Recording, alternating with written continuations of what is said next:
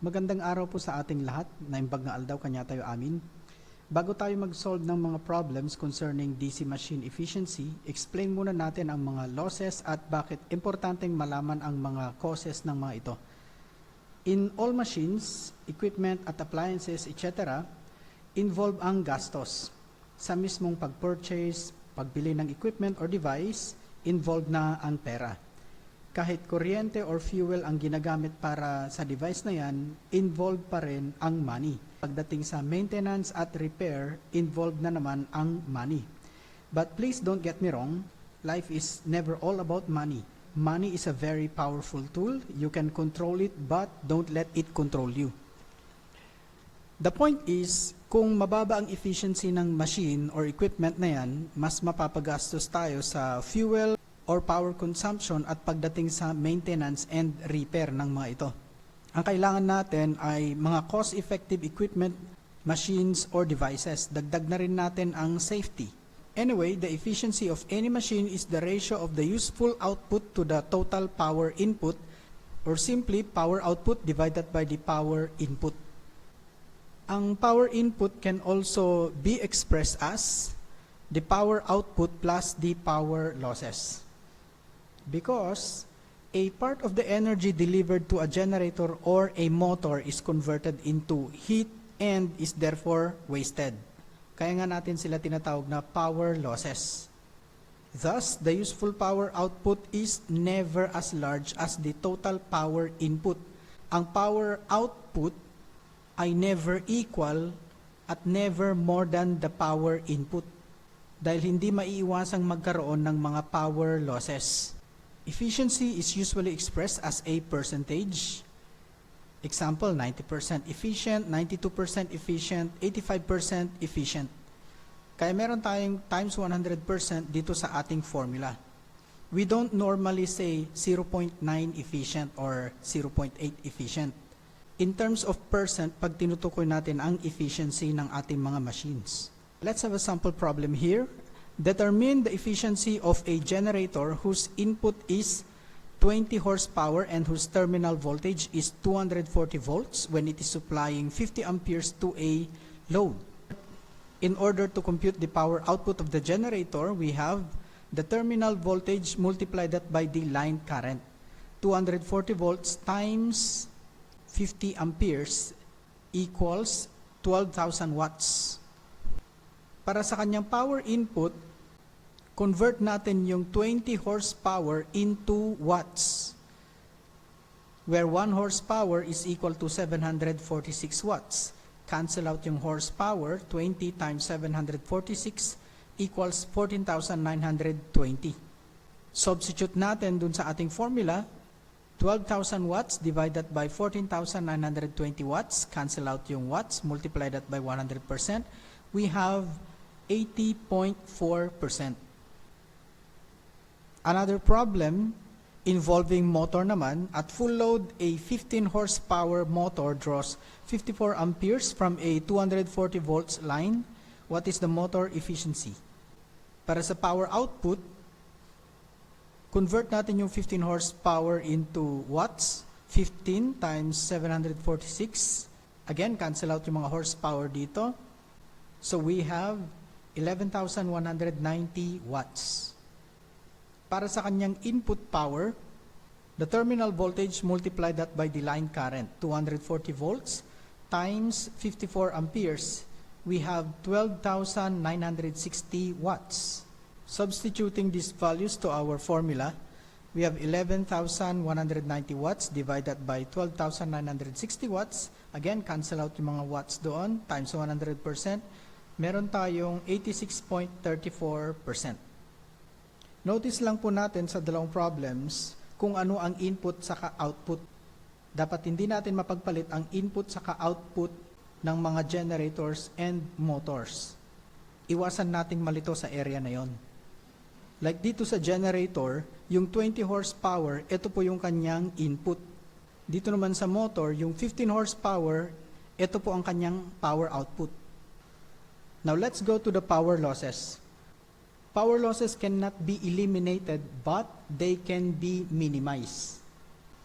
Meron at merong mga losses ang mga machines, equipment, devices, and appliances natin. At ang mga losses na ito are being converted into heat. Kaya umiinit ang mga machines or equipment dahil sa mga power losses. Kung mas mataas ang losses, mas mainit ang mga machines. Ngunit madaming mga equipment na matataas ang efficiency, meaning mababa ang mga power losses. Ito yung mga hindi gaanong umiinit at hindi madaling uminit kahit matagal na ginagamit. Kaya pasalamat tayo sa mga taong patuloy na gumagawa ng paraan upang magkaroon tayo ng mga more efficient at cost-effective na mga equipment. Although may mga machines tayo na hindi maiiwasan ng mabilis na pag-init, kaya may mga measures tayong ginagawa, like sa mga motors na mayroong mga fans, may ventilating openings para ma-dissipate yung heat na nabubuo during operation. Sa mga generators, may mga cooling systems na naka-install. Let's talk about losses in generators and motors. They consist of copper losses at mga mechanical losses. Ang mga copper losses are found in the electric circuits of the machine, while ang mga mechanical losses naman are due to the rotation of the machine while it's in operation. Kaya tinatawag din natin silang rotational losses. Here's the list of the copper losses inside the motor and generators. Una dito ang armature losses that are found in the armature. From the power formula, it is equal to the square of the armature current multiplied that by the armature circuit resistance. For the field losses, meron tayong shunt field, series field, and interpole field losses. Shunt field losses, dalawang pwede natin gamiting formula dito. The square of the shunt field current, multiply that by the shunt field resistance, or the square of the shunt field voltage, divide that by the shunt field resistance. Sa mga shunt motors and shunt generators, ang VSH is equal to the terminal voltage. Sa series field naman, we have the square of the series field current, multiply that by the series field resistance. Although depende sa type ng machine, nag-iiba ang basis natin sa value ng series field current. Halimbawa sa series motor, that is equivalent to the line current and armature current dahil series nga naman. So pare-pareho ng kuryente ng line current, series field current, and armature current. Sa mga compound machines, depende rin ang value ng series field current kung ito ay short shunt or long shunt. Kung long shunt ang machine, ang series field current ay equal sa armature current. Kung short shunt naman, ang series field current ay equal sa line current. Pagdating dito sa interpole field, we have the square of the interpole current, multiply that by the interpole circuit resistance. Although hindi lahat ng mga machines ay merong interpole. Ginagamit ang interpoles doon sa mga machines na malaki ang epekto ng armature reaction doon sa distortion ng main magnetic field. But again, hindi po lahat ng machines merong interpoles. Ang brush contact loss caused by the voltage drop in the brush contacts is considered as among the copper losses. Sinasabi natin kanina, ang copper losses ay matatagpuan dun sa electric circuits ng machines. Ang mga copper losses, nag-iiba-iba yung kanilang value depende dun sa kuryente na dumadaloy doon sa ating mga machines. Na based din kung malaki ba or mababa yung load ng ating mga electrical machines. Ito naman ang listahan ng mga mechanical or rotational losses. We have here the iron losses. Number 1 dito, eddy current loss. And number 2, we have hysteresis loss.